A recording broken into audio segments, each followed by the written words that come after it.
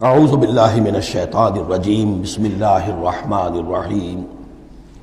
جیسا کہ میں عرض کر چکا ہوں کہ منافقین پر جو سب سے زیادہ بھاری تین چیزیں تھیں، ان میں سے سب سے پہلی اور عام طور پر اس کا صحیح اندازہ لوگوں کو نہیں ہے، وہ ہے اطاعت رسول۔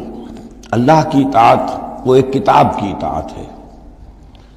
اللہ خود کوئی مشخص شخصیت کی حیثیت سے ہمارے سامنے موجود نہیں ہے، بالغیب ہے۔ ہمارے لیے رسول کی اطاعت بھی اس وقت اسی درجے میں ہے۔ رسول شخصاً ہمارے سامنے موجود نہیں ہے، یہ انسٹیٹیوشن ہے۔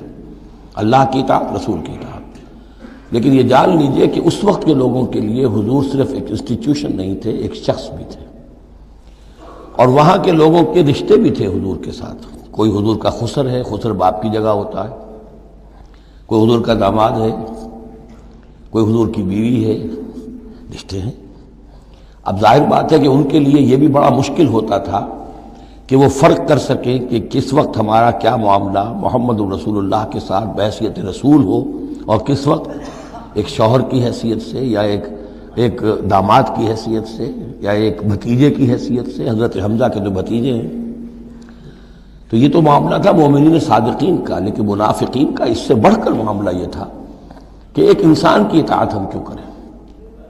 اور یہی وہ چیز ہے کہ جو فتنہ انکار سنت اور انکار حدیث کی اصل جڑ اور بنیاد ہے۔ اباح کرتی ہے طبیعت، جیسے کہ عورت کی طبیعت اباح کرتی ہے کہ شوہر کی تابعداری کیوں کرے، آخر وہ بھی مکمل ہیومن بینگ ہے، مکمل انسان ہے، اس کے احساسات ہیں، تو آسان کام نہیں ہے کہ اس کو ریکنسائل کر سکیں۔ اسی طرح انسان کی اطاعت کرے، یہ بھی در حقیقت اس کو تسلیم کرنا، ذہناً ریکنسائل کرنا آسان نہیں۔ اور یہ چیز ظاہر بات ہے کہ جن کے دل میں یقین کھب جاتا تھا ان کے لیے آسان ہو جاتی تھی، جن کے دلوں میں یقین کی کمی تھی وہ پھر قدم قدم پر نوکنگ کرتی تھی، ان کی گاڑی چل نہیں پاتے تھے۔ اب فرمایا وَلَوْ أَنَّا كَتَبْنَا عَلَيْهِمْ، اگر ہم نے ان پر یہ فرض کر دیا ہوتا ان اقتلوا انفسکم، کہ قتل کرو اپنے آپ کو، او اخرجوا من دیارکم، یا نکلو اپنے گھروں سے، ما فعلوہ الا قلیل منہم، نہ کرتے یہ کام ان میں سے مگر سوائے چند کے۔ وَلَوْ أَنَّهُمْ فَعَلُوا مَا يُوعَظُونَ، اور اگر وہ کرتے جس چیز کی کہ ان کو نصیحت کی جا رہی ہے، لَكَانَ خَيْرًا لَهُمْ، یہی ان کے لیے بہتر ہوتا، وَأَشَدَّ تَثْبِيتًا، اور ان کی ثبات ایمان اور ثبات قلب اسی کے اندر ہوتی ہے۔ وَإِذًا لَآتَيْنَاهُم مِّن لَّدُنَّا أَجْرًا عَظِيمًا، اور اس صورت میں ہم انہیں اپنے پاس سے بہت بڑا اجر دیتے۔ وَلَهَدَيْنَاهُمْ صِرَاطًا مُسْتَقِيمًا، اور انہیں ہدایت فرما دیتے سیدھی راہ کی طرف۔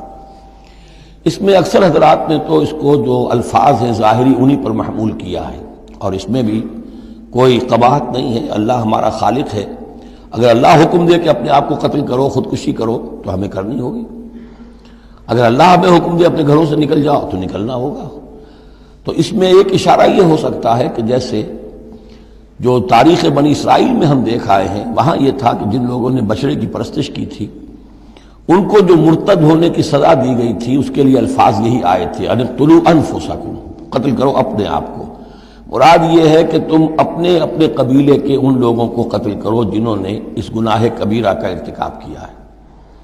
تو شاید چونکہ منافقین کا معاملہ چل رہا ہے، اور منافقین کے ساتھ اکثر و بیشتر ایسا ہوتا تھا کہ ان کے خاندان والے، رشتہ دار، ان کے گھرانے والے ان کے ساتھ شامل ہو جاتے تھے حمایت کے اندر۔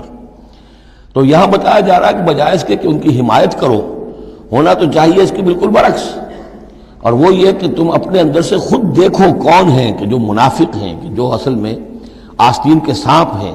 اگر اللہ تعالیٰ نے تمہیں حکم نہیں دیا ہے، اگر اللہ تعالیٰ یہ حکم بھی دے سکتا تھا کہ ہر قبیلہ، ہر گھرانہ اپنے ہاں کے منافقین کو خود قتل کرے، یہ تو حضرت عمر رضی اللہ تعالیٰ عنہ نے اپنی اس ایمان کی غیرت کے اندر، غیرت ایمانی کے اندر قتل کیا، اور اس پر انہیں غصہ آیا، اس لیے کہ بہرحال وہ ان کے اپنے خاندان کے لوگ تو نہیں تھے۔ لیکن یہ کہ اللہ تعالیٰ اگر یہ حکم دیتا تو یہ بھی تمہیں کرنا چاہیے تھا، لیکن یہ کہ اللہ کے علم میں ہے کہ تم میں سے بہت کم لوگ ہوتے کہ جو اس حکم کی تعمیل کر سکتے، اور اگر کر گزرتے ما یوعظون بہ لکان خیرا لہم واشد تثبیتا واذا لآتیناہم من لدنا اجرا عظیما ولہدیناہم صراطا مستقیما۔ اب اس کے بعد یہ اطاعت رسول کے موضوع پر جو عظیم ترین آیت ہے قرآن کی، وہ آ رہی ہے۔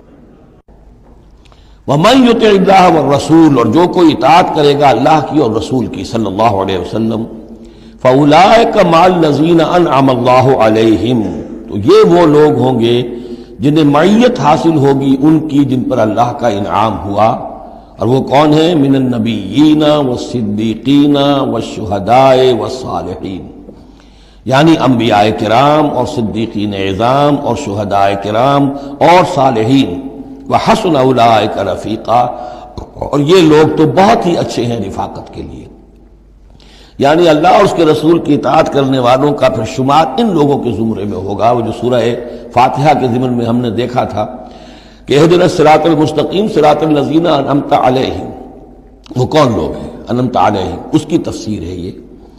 فاولئک مع الذین انعم اللہ علیہم من النبیین والصدیقین والشہداء والصالحین، ایک بیس لائن ہے، صالح مسلمان، نیک نیت مسلمان، دل میں خلوص کے ساتھ ایمان ہے، صالح ہے، حکم پر عمل کر رہا ہے، محرمات سے بچا ہوا ہے۔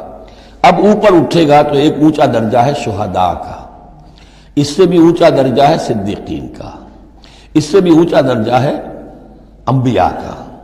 اب انبیاء کا درجہ تو رک جائے گا، اس لیے کہ وہ تو ایک وہبی چیز ہے، کسبی چیز نہیں تھی، لیکن یہ دو درجے تو ابھی موجود ہیں کہ انسان اپنی ہمت سے جتنی محنت کرے، جتنی کوشش کرے، وہ شہادت اور صدیقیت کے مراتب تک فائز ہو سکتا ہے۔